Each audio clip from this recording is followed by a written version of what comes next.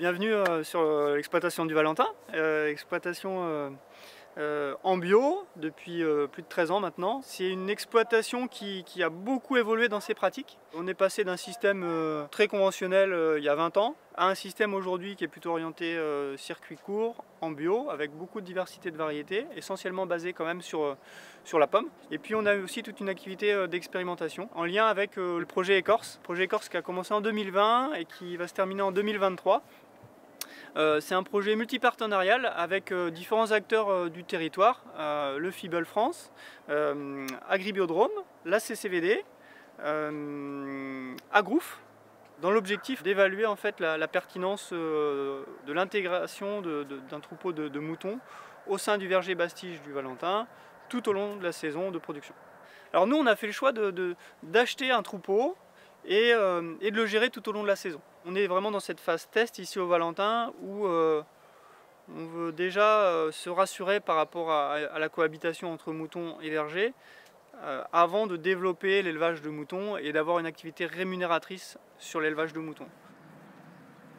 Dans la pratique de pâturage, on voulait pouvoir à la fois concilier valorisation de l'herbe, mais aussi activité au sein du verger. La technicité de pâturage, elle doit s'appuyer sur ces différents facteurs. L'activité au verger, liée à la culture de l'arbre, la ressource en herbe et cette question du parasitisme.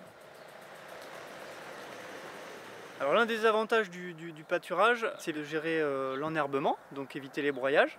Ça amène aussi un plus, ça amène de la vie en fait. Et ça, c'est pas des euros, mais il y a le contact avec l'animal qui apprécie en fait de l'équipe.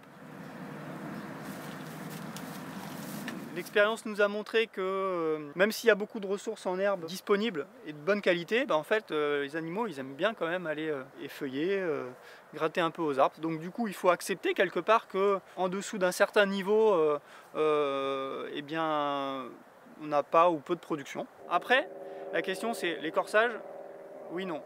Les Shropshire, nous, la race qu'on a choisie, pendant 2 ans, elle nous a donné satisfaction. Et puis, on ne sait pas pourquoi, il y a 5 mois, ça a commencé à dévier. Donc aujourd'hui, il faut qu'on voit si c'est un animal dans le troupeau qui a cette tendance à écorcer. Dans ce cas-là, il faut le réformer.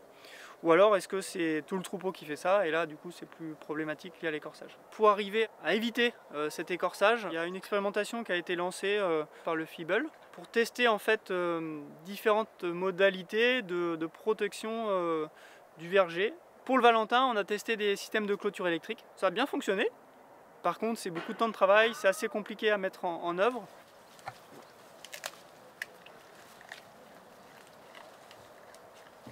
Si on a une vision purement économique, la situation d'aujourd'hui, elle n'est pas durable. C'est beaucoup de logistique et de travail qui aujourd'hui pourrait être fortement diminué si on avait fait un autre choix, celle de travailler avec un éleveur qui amènerait ses moutons sur une période donnée, un instant T, et qui gérerait l'enherbement pour nous en fait. Moi cette pratique-là, c'est une pratique qui m'intéressait fortement, mais qui me posait aussi beaucoup de questions.